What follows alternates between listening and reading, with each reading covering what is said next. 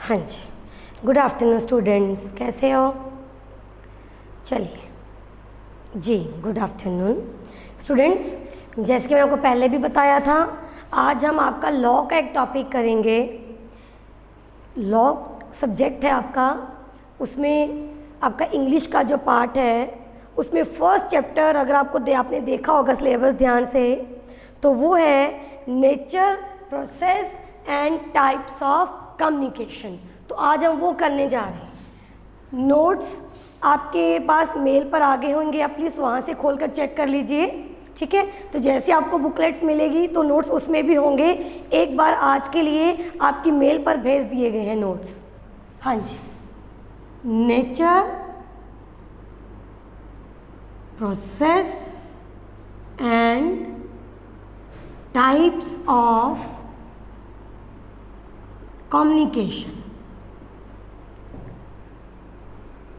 जी, बड़ा ही easy part है आपका, 10 मार्क्स का ये पार्ट रहेगा आपका।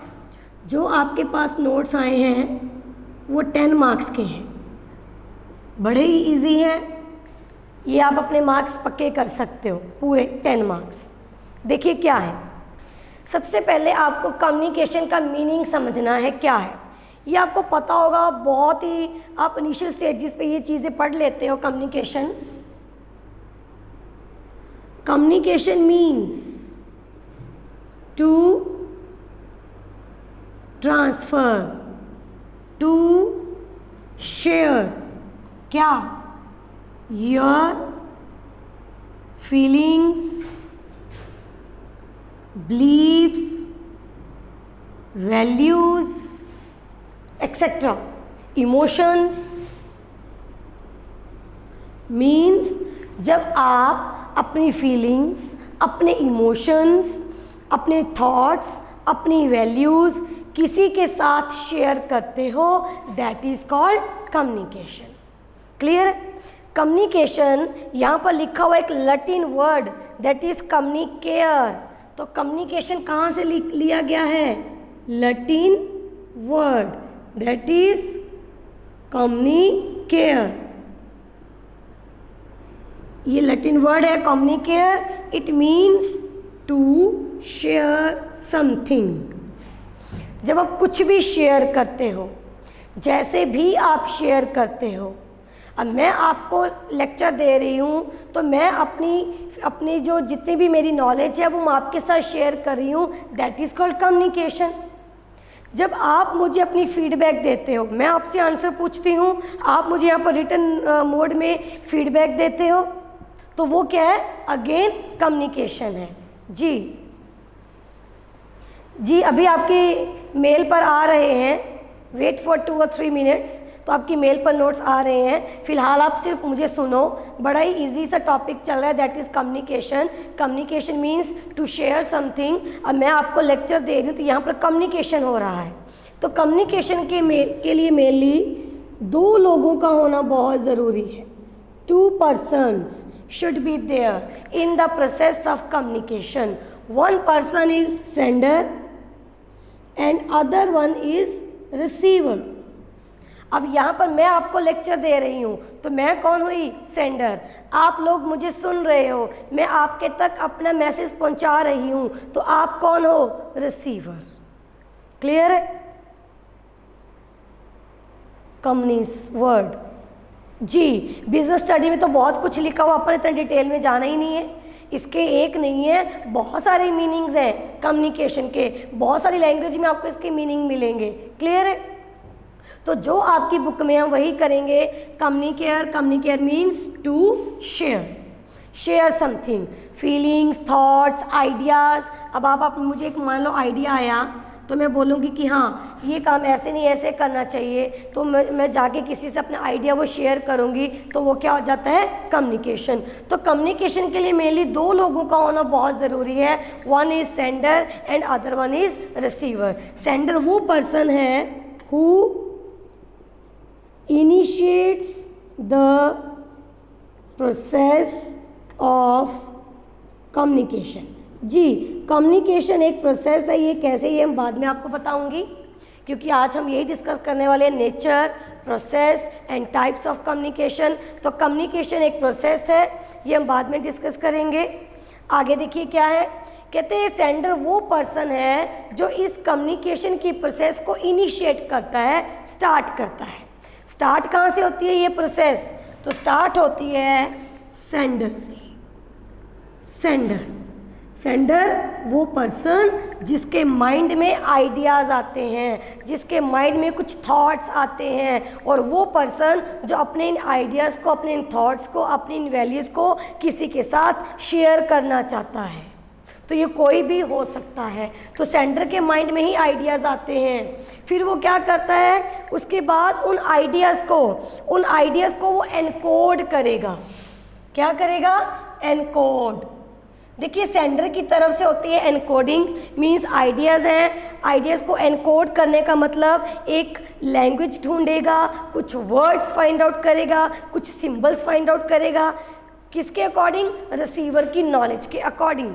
मेरे माइंड में आइडियाज़ आए, फिर मैं ये सोचती हूँ कि मैं अपने आइडियाज़ को कैसे शेयर करूँ, आइडियाज़ को कैसे आप तक पहुँचाऊँ। तो उसके लिए मैं क्या चूज़ करूँगी? कुछ वर्ड्स फाइंड आउट करूँगी, कुछ सिंबल्स फाइंड आउट करेंगे। क्लियर है? तो दैट प्रोसेस इज कॉल्ड, उस पार्ट को क्या बोलते हैं? एनकोडिंग। फिर जब मुझे वो वर्ड्स और सिंबल्स मिल जाएंगे तो मैं उसको क्या करूँगी? मैसेज में कन्वर्ट कर देंगी। मैसेज। क्लियर है? तो मैसेज क्या है? Message means whatever is to be communicated, it is the heart of communication process. क्योंकि अल्टीमेटली मुझे यही चीज़ जो है आपके तक पहुंचानी है। तो मैसेज क्या है? हार्ट ऑफ कम्युनिकेशन प्रोसेस है। मैंने ढूंढे कि मुझे क्या क्या वर्ड्स यूज़ करने हैं, क्या क्या सिंबल्स यूज़ करने हैं, फिर उसको मैं एक मैसेज में फ्रेम कर दूंगी। मैसेज किसी भी टाइप का, चाहे वो नोटिस हो सकता है, वो ऑर्डर हो सकता है, वो इंस्ट्रक्शन हो सकता है, कुछ भी, जो भी आपने लिखा या आपने सोचा कि मुझे इसको बोलना है, that is called message. Clear हो गया? फिर जब मैसेज में कन्वर्ट हो गया, फिर हम एक चैनल फाइंड आउट करेंगे कि मुझे अपने मैसेज को आपके तक कैसे पहुंचाना है। चैनल, तो चैनल कुछ भी हो सकता है। कहते the medium through which the message is sent is called channel. कैसे? अब मैंने मैसेज तैयार कर लिया, तो मुझे आपको, मैंने चैनल क्या ढूंढा कि मुझे स्पीच देनी है। ठीक है, मैंने चैनल क्या ढूंढा कि मुझे उसको मेल करना है। क्लियर है? तो चैनल बेसिकली वो मीडियम है जिसको यूज़ करके आप सामने वाले पर्सन तक अपनी बात पहुंचाते हो। मैंने क्या चूज़ किया चैनल कि मुझे लेटर लिखनी है, नहीं, मुझे टेक्स्ट मैसेज करना है। क्लियर है? तो ये मेरे चैनल हैं। अब एक और चीज़, ये तो हो गया चैनल। अब चैनल के लिए आप क्या चीज़ें यूज़ कर रहे हो? चैनल के लिए मुझे स्पीच देनी है, चैनल मैंने यूज़ कर लिया स्पीच, तो मैं यहाँ पर क्या यूज़ कर रही हूँ? स्पीच के लिए माइक को यूज़ कर रही हूँ। ठीक है, मेल है, मेल के लिए मैं क्या यूज़ कर रही हूँ? इंटरनेट। लेटर है, लेटर के लिए मैं क्या यूज़ कर रही हूँ? Copy pen. तो वो भी सारे इसके इंस्ट्रूमेंट्स हो गए जो कि इसको हेल्प करते हैं आपके तक मैसेज पहुँचाने में। क्लियर हो गया जी? तो ये फर्स्ट सेंडर वो पर्सन जिसके माइंड में आइडियाज़ आते हैं कि हाँ मुझे ये आइडिया आया, मुझे किसी के साथ शेयर करना चाहिए। फिर आइडियाज़ को कैसे शेयर करना है, उसके लिए वर्ड्स और सिंबल्स फाइंड आउट करोगे, दैट इज़ कॉल्ड एनकोडिंग। फिर उसको मैसेज में कन्वर्ट करोगे, तो वो हार्ट है इस कम्युनिकेशन प्रोसेस का। फिर हम उसको क्या करेंगे? एक चैनल फाइंड आउट करेंगे। चैनल अब मैंने ढूंढ लिया कि मुझे आपको स्पीच देनी है, तो ये चैनल है। अब ये आएगा कहाँ पर? रिसीवर के पास। तो नेक्स्ट प्रोसेस क्या आ गया? रिसीवर। तो मैंने अभी क्या बोला कि कम से कम 2 लोग होने चाहिए, तो रिसीवर कम से कम एक, ज़्यादा कितने भी हो सकते हैं। तो minimum number of receiver should be 1 और मैक्सिमम की कोई लिमिट नहीं है। तो यहाँ पर आप लोग रिसीवर हो, मैं कौन हुई? सेंडर। तो रिसीवर वो पर्सन है जिसके तक हम अपना इंटेंडेड मैसेज पहुँचाना चाहते हैं। क्लियर है? फिर अब आपके तक वो मैसेज आ गया, जैसे मैं आपको लेक्चर दे रही हूँ, ये मेरी बातें आप तक पहुँच रही हैं, फिर आप क्या करोगे? आप उन मैसेज को, उन चीज़ों को सुन के, उन बातों को सुन के क्या करोगे? उनको अपनी लैंग्वेज में इंटरप्रेट करोगे उसको हम बोलते हैं डिकोडिंग। मैंने एनकोडिंग की, आप करोगे डिकोडिंग। आप अपनी लैंग्वेज में, होता है ना आपके पास नोट्स है, मैं आपको बता रही हूँ, आप अपनी लैंग्वेज में किसी भी इंग्लिश में या हिंदी में या पंजाबी में आप उसके ऊपर लिख रहे हो ताकि आप उसको कल को ईजिली समझ सको, तो दैट इज़ कॉल्ड डिकोडिंग। आप अपने वे में इंटरप्रेट करोगे। क्लियर है? उसके बाद लास्ट जो इसमें स्टेप है दैट इज़ फीडबैक। फीडबैक, जब आप मुझे अपनी फीडबैक देते हो, फीडबैक किसी भी फॉर्म में हो सकती है। फीडबैक कोई क्वेरी की फॉर्म में हो सकती है कि मुझे ये समझ में नहीं आया। फीडबैक जब हम आपका टेस्ट लेते हैं उसकी फॉर्म में हो सकता है। क्लियर है? तो ये फीडबैक है। फीडबैक से ही पता चलेगा कि जो मेरी इंटेंशन थी, जो मेरा इंटेंडेड मैसेज था वो आप तक पहुंचा या नहीं पहुंचा। जो मेरी इंटेंशन थी कि मुझे आपको ये समझाना है, आप वो समझे हो या नहीं समझे। क्लियर है? अब एक और चीज़, फीडबैक एक इम्पॉर्टेंट पार्ट है, एक इम्पॉर्टेंट स्टेप है कम्युनिकेशन का। बिना फीडबैक के कितने स्टेप हुए? 1 to 6। बिना फीडबैक के जो हमारे स्टेप्स हैं 1 to 6, इनको हम बोलते हैं half way communication process. Half way. अगर मैं सिर्फ बोलती रहूँगी, आपसे आपकी फीडबैक, आपकी सजेशंस, आपकी प्रॉब्लम्स नहीं लूँगी, तो वो क्या रहेगा? फीडबैक से पहले हाफ वे कम्युनिकेशन प्रोसेस। लेकिन कम्युनिकेशन हाफ वे या लगा लो 1 वे, 1 वे कम्युनिकेशन प्रोसेस। आधी है या एक तरफा है। लेकिन जब आपकी फीडबैक ऐड हो जाएगी तो कम्युनिकेशन क्या बन जाती है? It is always 2 way process. तो फीडबैक के बिना कम्युनिकेशन अधूरी है। फीडबैक जब ऐड हो जाएगी तब ये 2 वे प्रोसेस बन जाएगा और कम्युनिकेशन जो है वो ऑलवेज क्या होती है? 2 वे प्रोसेस। क्लियर हुई ये बात? तो अब कह रहे हैं कि कम्युनिकेशन एक प्रोसेस है। प्रोसेस मीन्स जो चलती रहती है। अब आपने मुझे फीडबैक दी कि मैम मुझे ये प्रॉब्लम समझ में नहीं आई, मुझे ये टॉपिक समझ में नहीं आया। फिर मैं वो टॉपिक अपनी लैंग्वेज में समझ के उसके लिए वर्ड्स और सिंबल्स फाइंड आउट करके आपको समझाऊंगी। फिर आप उसमें से कुछ और पूछोगे या कोई और, तो ये प्रोसेस हमारे बीच में चलती रहेगी। कम्युनिकेशन कभी भी ख़त्म नहीं होती, और कम्युनिकेशन ख़त्म नहीं होती। और दूसरा, कम्युनिकेशन हर एक लेवल पर होती है, हर एक जगह पर होती है। बिना कम्युनिकेशन के कुछ भी पॉसिबल नहीं है। Communication is pervasive in nature, means चाहे घर है, चाहे ऑफिस है, चाहे स्कूल है, कहीं भी है कम्युनिकेशन होती ही है। क्लियर है? चलिए आगे ना, इसी में जो आपके पास नोट्स आए होंगे आप देख रहे होंगे कि नॉइस लिखा हुआ है, तो ये भी एक प्रोसेस का पार्ट हम मान लेते हैं कि जब भी कम्युनिकेशन होती है तो बीच में डिस्टर्बेंस तो आती ही आती है। डिस्टर्बेंस नॉइस को लेकर आ सकती है और मेनली नॉइस को लेकर ही आ रही है, लेकिन आजकल हम ज़्यादा ऑनलाइन हो रहे हैं, तो ये डिस्टर्बेंस किस टाइप की आ रही है? टेक्नोलॉजी को लेकर। तो ये भी कम्युनिकेशन का पार्ट है। कम्युनिकेशन अगर चलेगी तो साथ में डिस्टर्बेंस तो आएगी ही आएगी ऑटोमेटिकली। चलिए अब हम बात करते हैं टाइप्स ऑफ कम्युनिकेशन। तो हमने यहाँ पर कम्युनिकेशन का मीनिंग किया, फिर हमने कम्युनिकेशन की प्रोसेस की। एग्ज़ाम में प्रोसेस आ जाता है और प्रोसेस बहुत इंपॉर्टेंट है। आपने एज इट इज़ लिखना है। जैसा कि आपके पास नोट्स आए होंगे तो आप उसको डायग्राम में भी बना दोगे। इन स्टेप्स को कैसे आप करोगे? डायग्राम में कन्वर्ट कर देना, अच्छा इम्पैक्ट जाता है एग्जामिनर के ऊपर। ठीक है? कैसे? यही जो स्टेप्स हैं इनको ऐसे बॉक्सेस बना के, सेंडर, फिर क्या लिखोगे आप? एनकोडिंग, फिर आप क्या लिखोगे? मैसेज। तो इस तरीके से आप इसको बॉक्सेस में लिखते जाओगे। समझ में आ रही है जी बात? चलिए, तो ये हमारा प्रोसेस हो गया। आगे हम बात करते हैं types of communication. Types of communication. देखिए ये जो कम्युनिकेशन है ये मेनली, अब जैसे यहाँ पर लिखा हुआ है, 2 टाइप की है, on the basis of channel and on the basis of purpose. ये सभी हमने करनी है। On the basis of channel.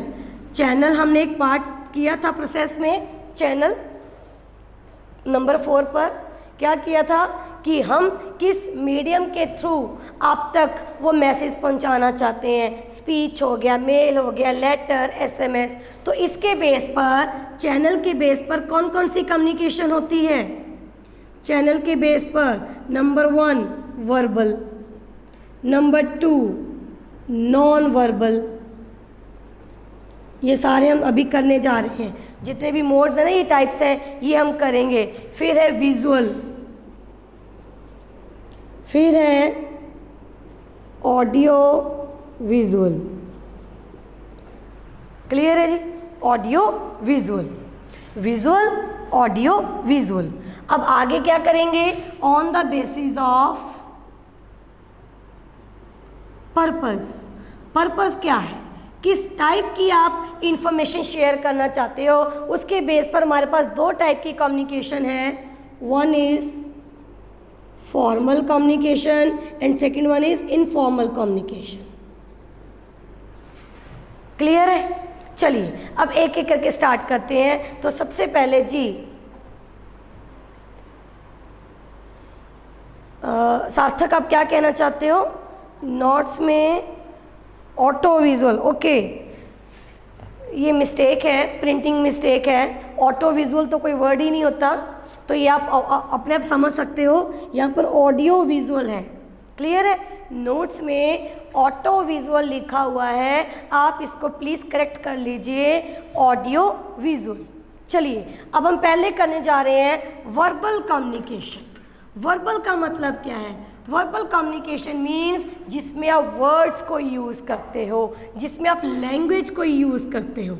Verbal, verbal communication में क्या यूज़ कर रहे हैं? वर्ड्स, लैंग्वेज, जिसमें आप शब्दों का यूज़ कर रहे हो। कैसे? या तो आप वर्बल कम्युनिकेशन में ओरल कम्युनिकेशन कर सकते हो, या आप कर सकते हो रिटन कम्युनिकेशन। ऑरल कम्युनिकेशन, अभी यहाँ पर जो मेरी कम्युनिकेशन हो रही है ये वर्बल कम्युनिकेशन है। वर्बल मीन्स इसमें वर्ड्स को, सिंबल्स को, लैंग्वेज को यूज़ कर रहे हैं। तो वर्बल में भी कौन सी कम्युनिकेशन हो रही है अभी जो मैं आपके तक अपना मैसेज पहुँचा रही हूँ? That is oral communication. जी पेज नंबर 2 का सेकेंड लास्ट पार्ट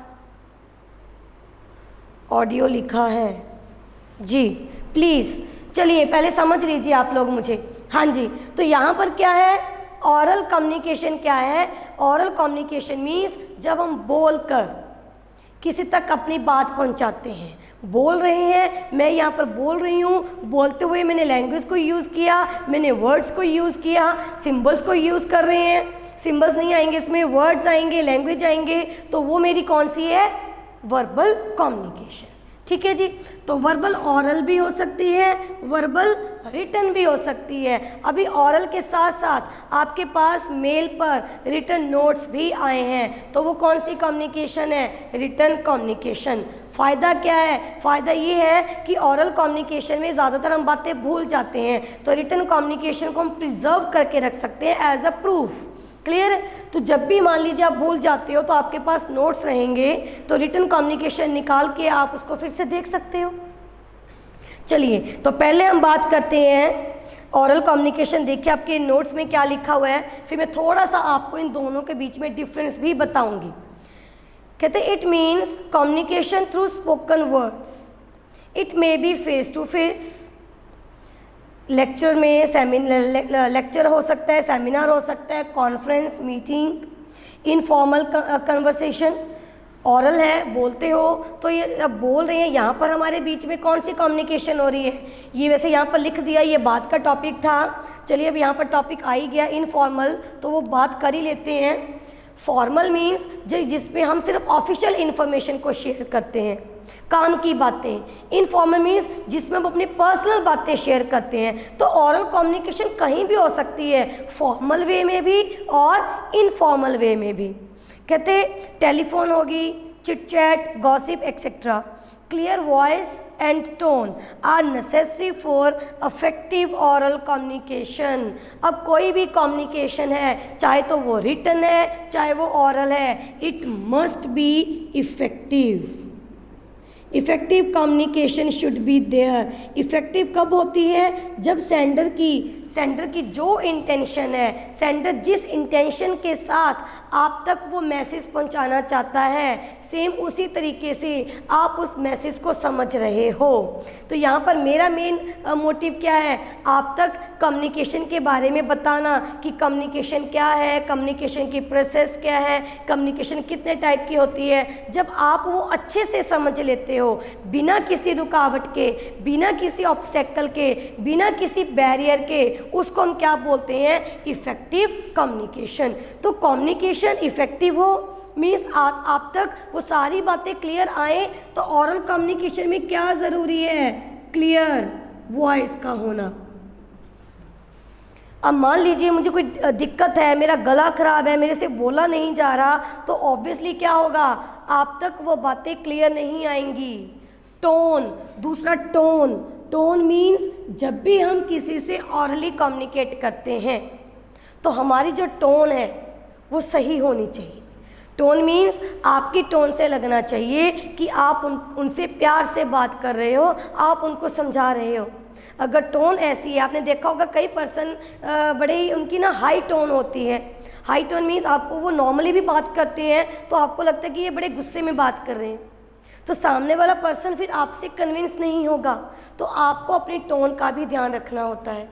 तो ये बहुत सारी चीज़ें हैं, ये हम बाद में बात करेंगे, ठीक है।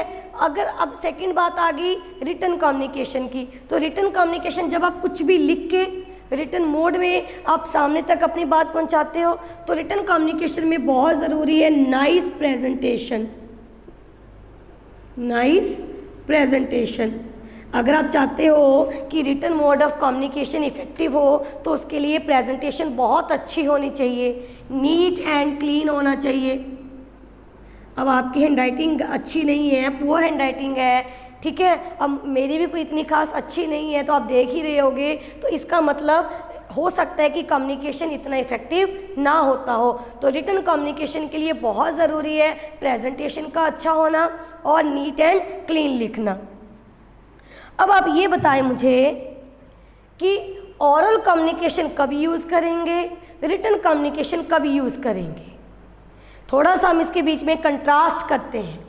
ओरल मोड ऑफ कम्युनिकेशन कब सही रहता है, रिटन मोड ऑफ कम्युनिकेशन कब सही रहता है। अगर मैं आपसे केसेस पूछती हूँ, अगर मुझे किसी को एप्रिशिएट करना हो, किसी की तारीफ़ करनी हो, तो कौन सा मोड सही रहेगा? हम यहाँ पर टिक लगाते रहेंगे, ओरल या रिटन, बताएं। अगर मुझे किसी को एप्रिशिएट करना है तो कौन सा मोड ऑफ कम्युनिकेशन सही रहेगा? जी बताएं प्लीज़, रिटन या ओरल? जी स्टूडेंट्स, ओरल। और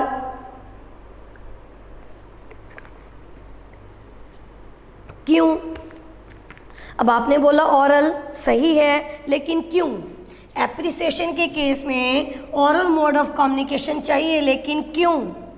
क्योंकि जब भी किसी की तारीफ़ करनी है, हम बात करें इफ़ेक्टिव कम्युनिकेशन, अगर आप लिख के भी बोल देते हो ना कि हाँ जी यह काम आपने अच्छा किया, और एक तरफ आप बोल रहे हो, तो बोलना ज़्यादा इफ़ेक्टिव होता है। जब आप सामने उस पर्सन की फ़ेस टू फेस कांटेक्ट में आके आप उसको बोलते हो कि आप उसकी तारीफ़ करते हो, उसको बड़ा अच्छा फील होता है कंपैरेटिव टू रिटन। तो रिटन मोड उतना ज़्यादा इफ़ेक्टिव नहीं रहता जितना ओरल रहता है। चलिए, अब आपने किसी को इंस्ट्रक्शंस देनी है कि इस काम को कैसे करना है, तो इंस्ट्रक्शंस के लिए कौन सा मोड सही रहेगा, रिटन या ओरल? जी बताएं।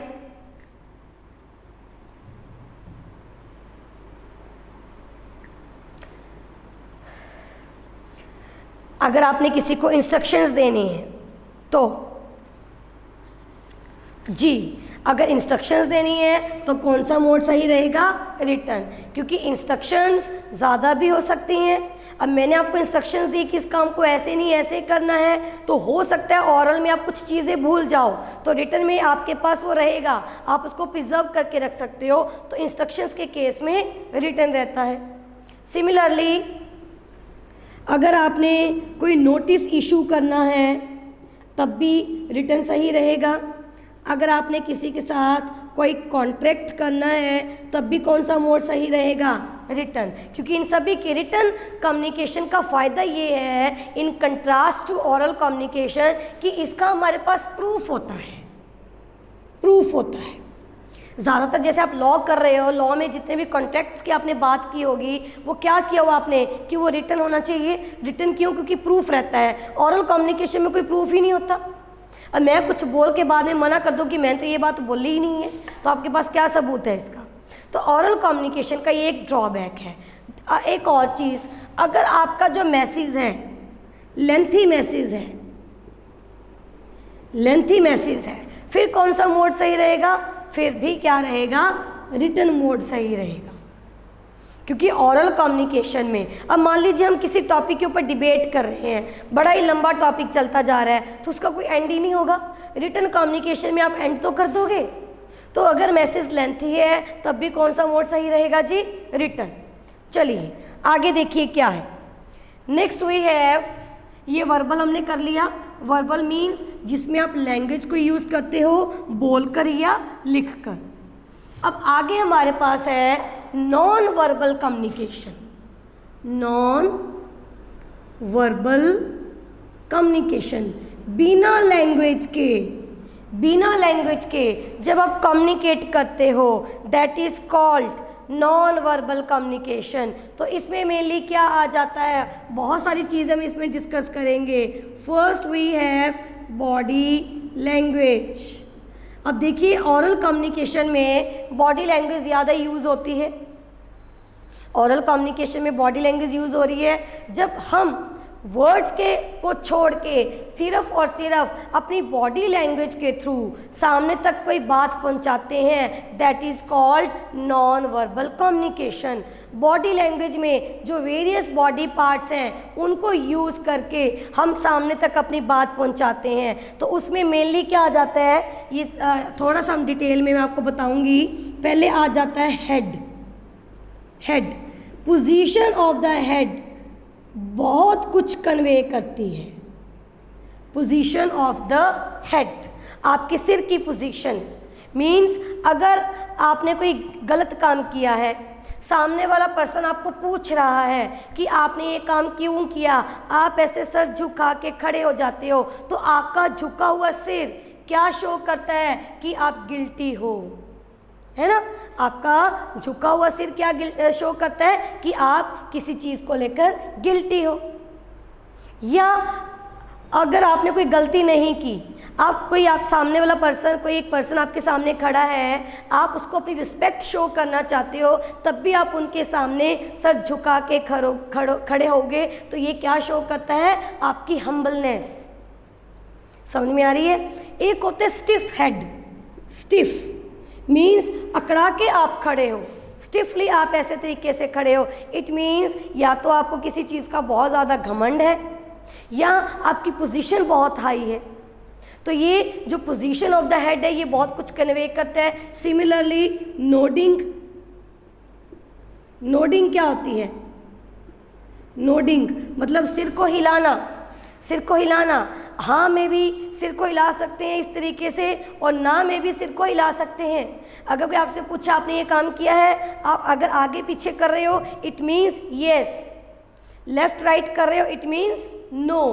तो नोडिंग ऑफ योर हेड ये भी बहुत कुछ कन्वे करता है। सिमिलरली सेकंड बॉडी पार्ट आ जाता है हमारे पास आईज। आँखें भी बहुत कुछ कन्वे करती हैं।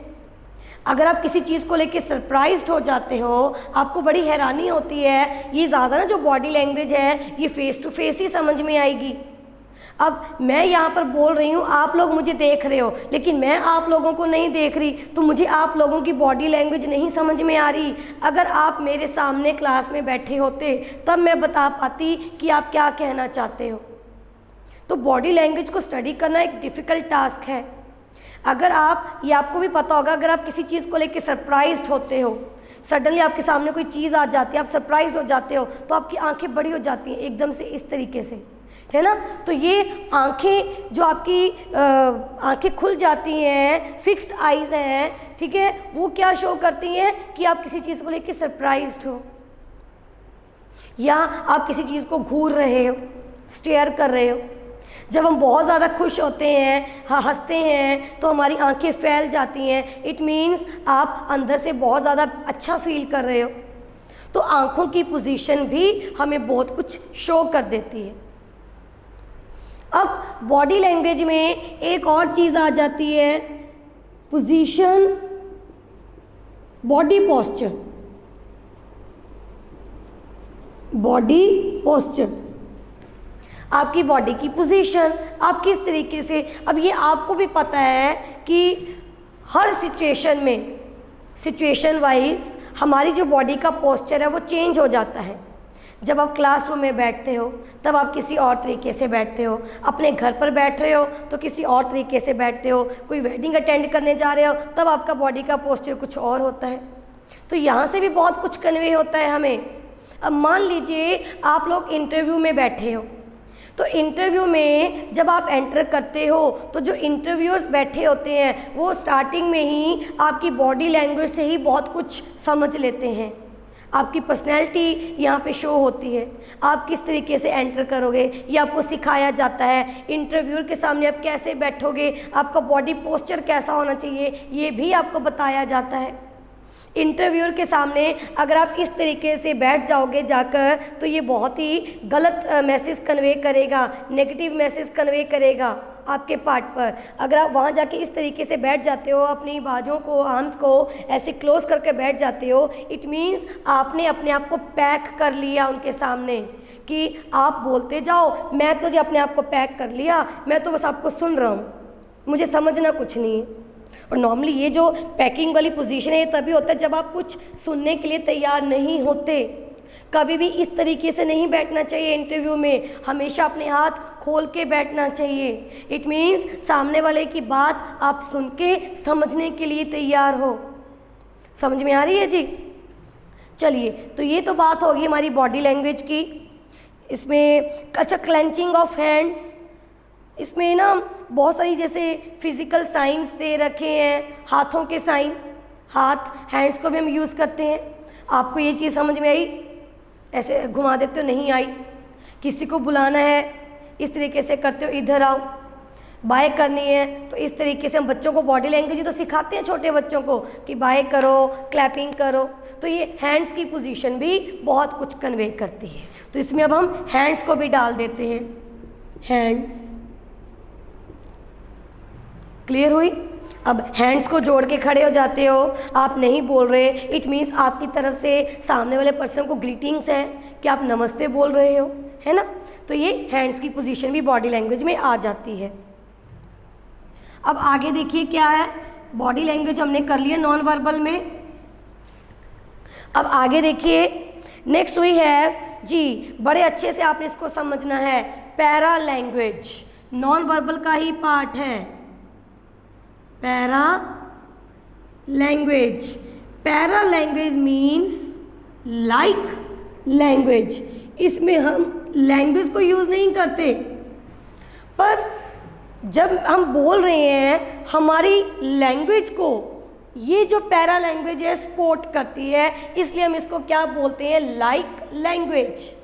अब जब मैं बोल रही हूँ, ये ऑरल कम्युनिकेशन है, ये वर्बल कम्युनिकेशन है। इसी के साथ ये बहुत ध्यान से समझने वाली चीज़ होती है, ऑरल कम्युनिकेशन में वर्बल कम्युनिकेशन हो रही है, तो वर्बल कम्युनिकेशन में जब ऑरल कम्युनिकेशन होती है तो उसी के साथ नॉन वर्बल कम्युनिकेशन भी हो रही है, that is para language. Para language में क्या स्टडी करते हैं, study of voice.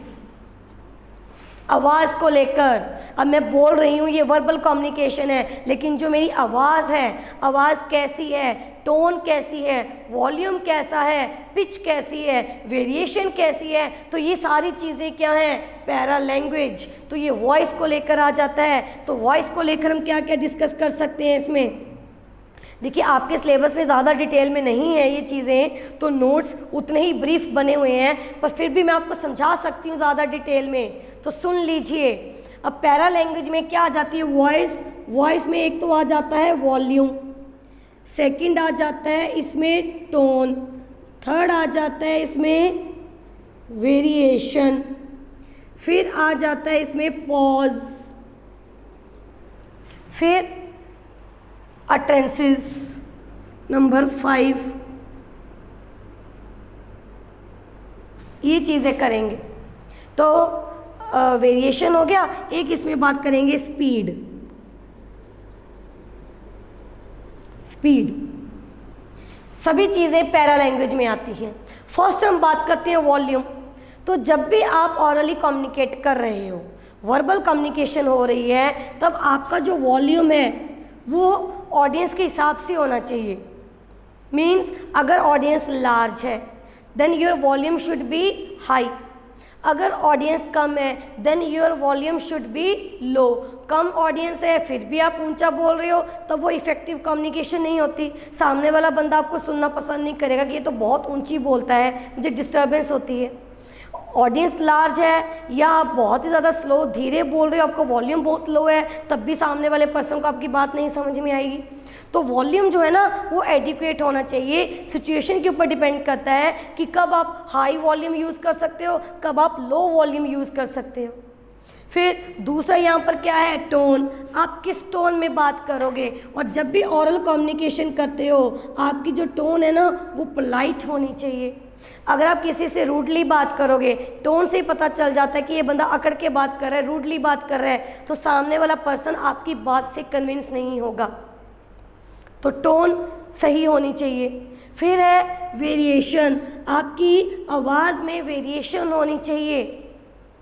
Variation means कभी आप हाई पिच पर लेके जा सकते हो अपनी आवाज़ को, कभी आप लो पिच पर लेके जा सकते हो। तो इसमें हम क्या यूज़ करेंगे, पिच। अब वेरिएशन का मीन्स जब भी हम आपको ऑरली स्पीच देते हैं तो आपने देखा होगा कि कुछ पार्ट हम थोड़ा सा ऊंचा लेके जाते हैं आपको समझाने के लिए, कुछ चीज़ें हम धीरे से बोल जाते हैं, वो है वेरिएशन। पिच, जब कोई इम्पॉर्टेंट कंटेंट है उसमें आप अपनी पिच हाई कर सकते हो, ठीक है। और अगर कोई इतना इम्पॉर्टेंट कंटेंट नहीं है उसमें आप अपनी पिच लो कर सकते हो। आपने देखा होगा जब भी आप कोई म्यूज़िक सुनते हो, म्यूज़िक में जो पिच है वो ऊपर नीचे होती रहती है, वो उसी के अकॉर्डिंग चलती है। तो पिच में वेरिएशन। अब टीचर समझा रहा है, आप मान लीजिए मेरे सामने बैठे हो, मैं एक नॉर्मल स्पीड से नॉर्मल पिच को यूज़ करके आपको समझा रही हूँ, सडनली मेरी पिच हाई हो जाती है। इट मीन्स मैं जो स्टूडेंट मुझे ध्यान से नहीं सुन रहे, मैं उनको अटेंटिव करना चाहती हूँ कि हाँ मुझे पता चल गया कि आप लोग मुझे सुन नहीं रहे, या आप क्लास में सो रहे हो या कोई शरारत कर रहे हो, तो उस टाइम पे पिच आप हाई कर सकते हो। क्लियर होगी बात। फिर उसके बाद पहले हम बात करते हैं स्पीड की। स्पीड में वेरिएशन का होना बहुत ज़रूरी है। स्पीड को वेरी करना बहुत ज़रूरी है जब हम लेक्चर देते हैं। अब मैं आपसे बोलूँ कि आप मुझे एक पैसेज पढ़ के सुनाओ, आप एक ही स्पीड से बोलोगे तो वो इतना इफेक्टिव नहीं रहता जितना आप उसमें वेरिएशन लेके आते हो तो वो इफेक्टिव होता है। कुछ कंटेंट्स को स्पीडली बोल दो, कुछ कंटेंट्स को स्लोली बोल दो।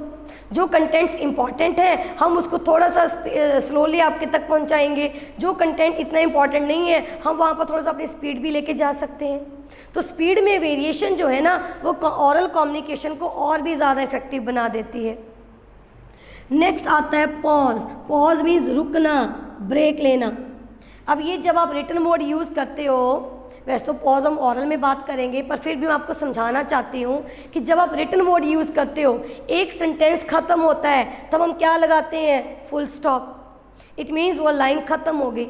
सिमिलरली जब आप कोई स्पीच देता है, एक लाइन के बाद वो थोड़ा सा पॉज लेता है, 1 सेकंड का कम से कम, पॉज लेना, इट मीन्स ऑडियंस को पता चल जाता है कि यहाँ पर एक कंटेंट ख़त्म हुआ, अब दूसरा स्टार्ट होने वाला है। फिर अगर हम कुछ इम्पॉर्टेंट आपको बताना चाहते हैं, स्पीच हमारी चल रही है, अब कुछ इम्पॉर्टेंट पार्ट आ गया, तो उससे पहले आप पॉज ले लो। इससे क्या हो जाएगा, ऑडियंस अटेंटिव हो जाएगी कि ये रुक क्यों गया, ये पर्सन बोल रहा था नॉर्मल स्पीड से और आप चोरी छुप के अपना काम कर रहे थे, अब ये रुक गया, कहीं इसने मुझे देख तो नहीं लिया। तो पॉज लेने का मतलब सामने वाले पर्सन की अटेंशन को हासिल करना है। क्लियर है? लेकिन too much pauses spoil the speech, ज़्यादा पॉजेज अगर आप लोगे तो इससे स्पीच आपकी खराब हो जाएगी, बात बात पर आप रुक रहे हो, तो ये भी बात गलत है। तो पॉज का सही होना बहुत ज़रूरी है, टाइमिंग सही होनी बहुत ज़रूरी है कि कब आपने पॉज लेना है, कब आपने पॉज नहीं लेना। फिर नेक्स्ट है अटरेंसेस। अटरेंसेस भी पैरा लैंग्वेज है। जब आप ऑरल कम्युनिकेट कर रहे हो, कुछ वर्ड हम यूज़ करते हैं,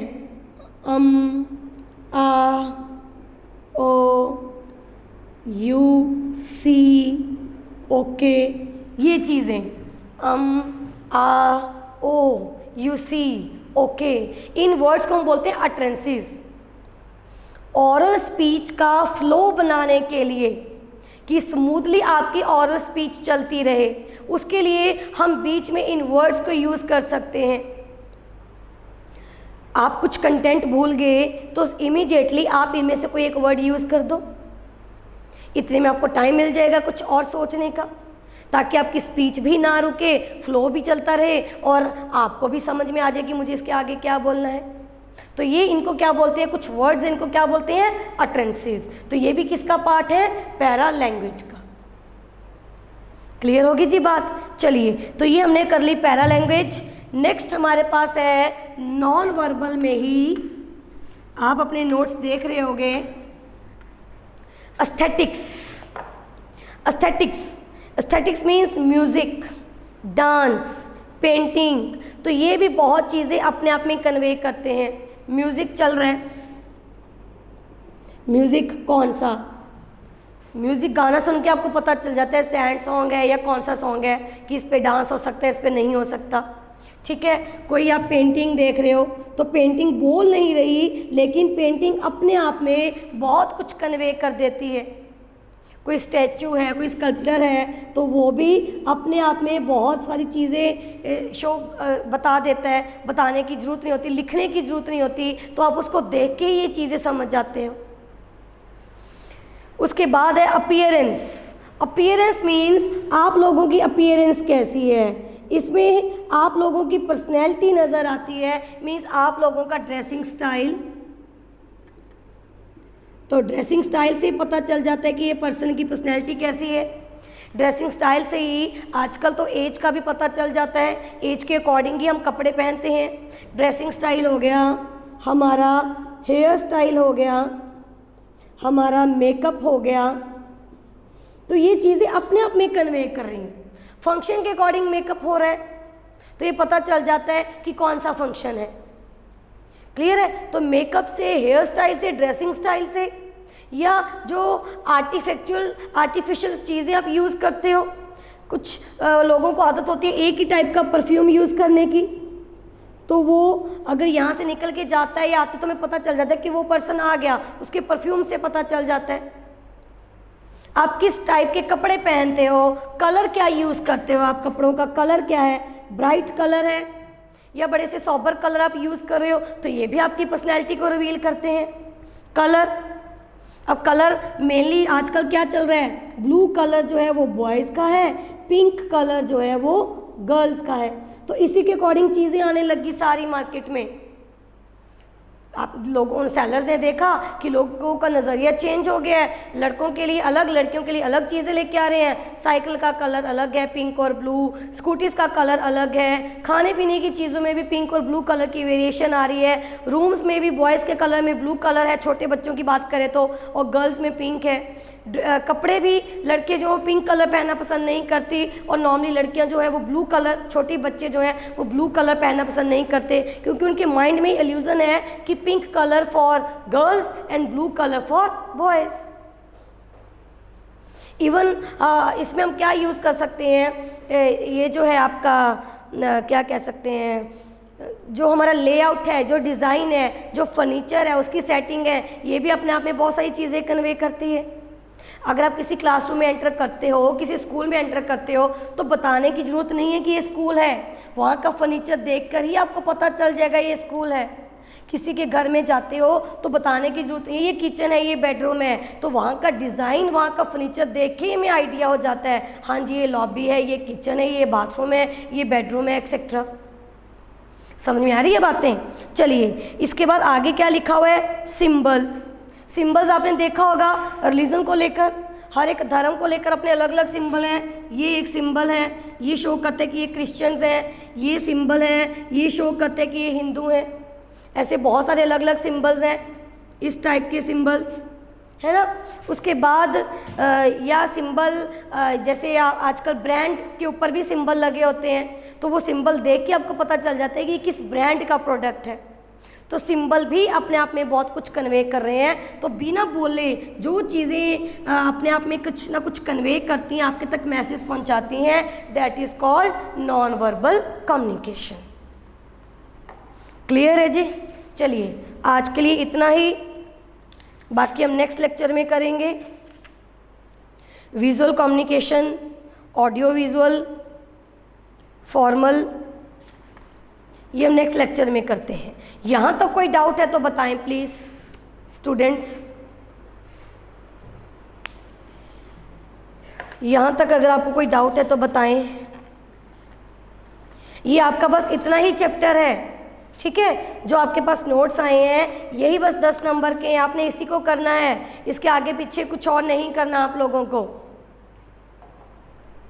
कोई प्रॉब्लम है तो बताएं प्लीज़।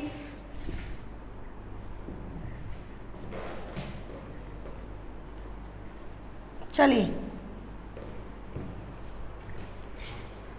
Thank you.